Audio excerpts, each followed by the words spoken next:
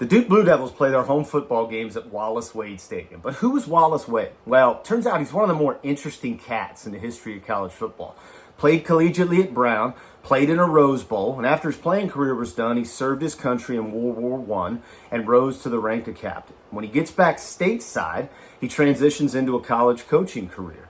He coaches baseball and football at schools like Vanderbilt, Alabama, and Duke. He really rose to prominence when he was at Alabama, eventually leading the Tide to 3 national titles. He's so revered that he has his statue outside of Bryant-Denny Stadium.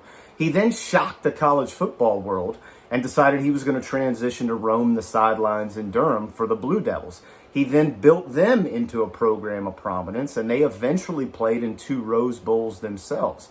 Well, after the 1942 Rose Bowl that we talked about that was played in Durham, at the age of 50, Wallace decides to lay down the whistle, go back into the service, and serve his country again in World War II. He ended up participating in Normandy, Battle of the Bulge, served his country valiantly to the point that he was awarded the Bronze Star. When he got back home after the war, he served as athletic director at Duke and eventually the commissioner of the Southern Conference, and eventually also became an inductee into the College Football Hall of Fame.